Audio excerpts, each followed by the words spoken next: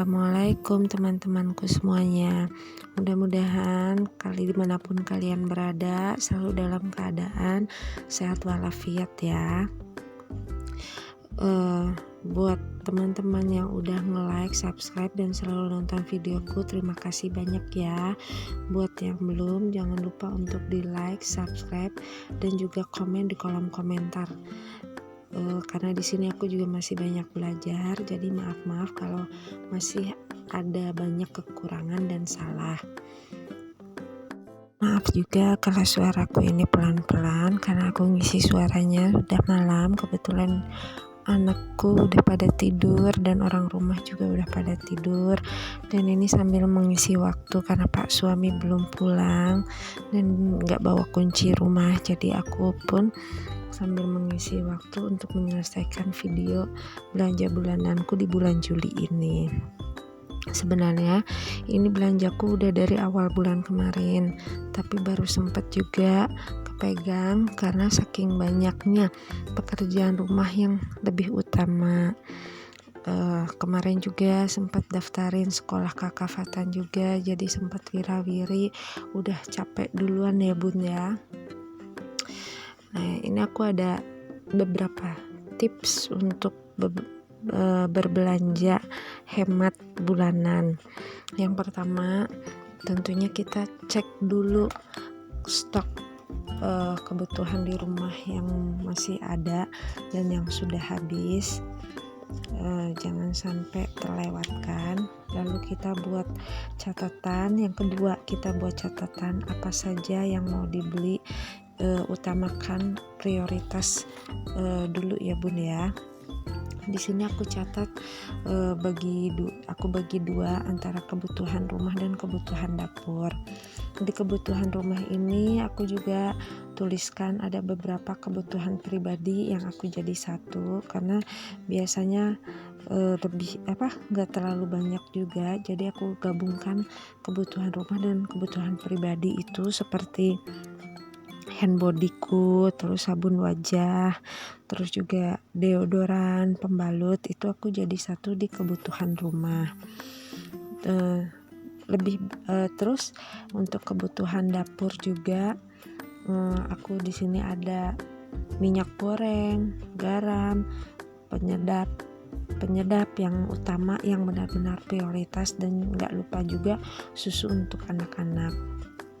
Terus untuk makanan sendiri kayak jajanan gitu, makanan snack, cemilan gitu, itu biasanya nanti setelah kebutuhan prioritas yang aku utamakan, kebutuhan yang aku utamakan yang benar-benar prioritas itu sudah masuk ke dalam keranjang, baru aku biasanya mencari beberapa makanan ringan atau minuman untuk anak-anak. Terus juga untuk yang ketiga, perkiraan total belanjaan dengan melihat struk belanja bulanan kemarin.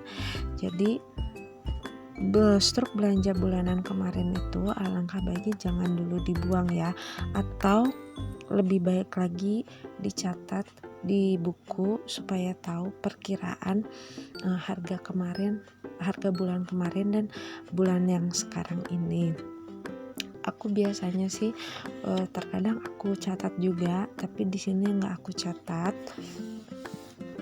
karena rencananya aku mau belanja di tempat lain, bukan di tempat biasanya. Kalau yang di tempat biasanya aku udah jadi member, dan biasanya itu sebelum belanja juga aku sudah mencatat listnya apa saja yang dibutuhkan dan juga total harganya. Itu terkadang kan ada yang promo juga di situ, itu udah aku catatkan biasanya. Jadi perkiraan itu belanjaku itu perkiraan habisnya berapa selama sebulan itu. Tapi karena ini rencananya mau ke tempat swalayan yang lain, mau ke market yang lain, jadi aku nggak catat karena aku juga nggak member dan sekali-kali juga ke sana, agak jauh dari rumah juga, hitung-hitung liburan aja ya bun ya. Nah, terus selanjutnya, kalau total belanjaan kita melebihi dari budget sebelumnya, itu sebaiknya dipertimbangkan lagi kebutuhan apa saja yang benar-benar penting dan tidak terlalu penting. Dipilah-pilah lagi yang sangat-sangat benar-benar kebutuhan yang prioritas. Jangan sampai kita asal catat-catat aja, nggak taunya melebihi dari budget yang biasanya. Jangan sampai boncos juga ya. Nah, terus karena ini juga lagi liburan sekolah, jadi aku bawa anak-anak jalan-jalan ikut belanja bulanan. Biasanya sih terkadang aku cuma sama Pak suami aja, bahkan terkadang hanya aku sendiri.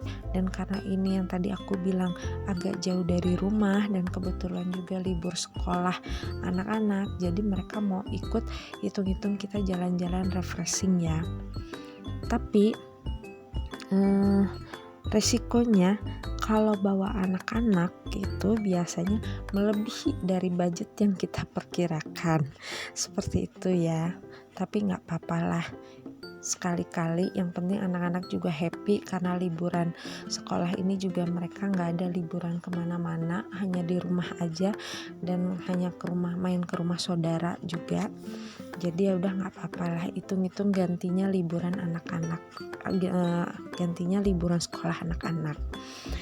Di sini ya resikonya juga kalau bawa anak-anak ya comot sana sini ya, mereka asal ambil masuk ke keranjang. Nah, terus untuk tips yang kelima, bawa uang pas sesuai budget supaya nggak tergoda dengan belanjaan yang lainnya. Nah, terus untuk yang keenam, jangan fokus pada merek atau brand tertentu, tetapi yang tadi aku udah bilang, cari harga promo jika memang ada, kecuali untuk kosmetik atau kebutuhan anak, karena itu kan sesuai dengan kulit atau kecocokan pada diri kita sendiri ya.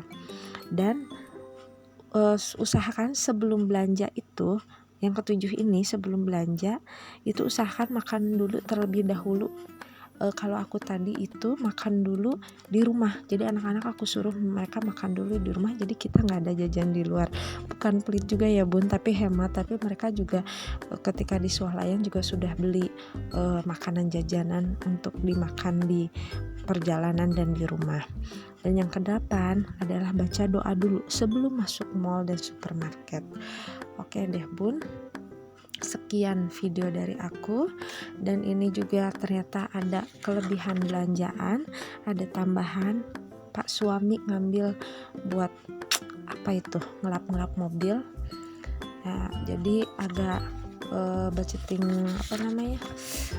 keuanganku agak lebih sedikit, tapi nggak apa-apa lah ya, yang penting mereka happy, nggak sampai boncos-boncos banget, minus 36.000 sih, masih aman lah ya.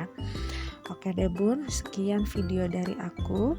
Terima kasih yang udah nonton videoku. Jangan lupa di like, subscribe, dan komen ya. Sehat-sehat selalu untuk kalian semua.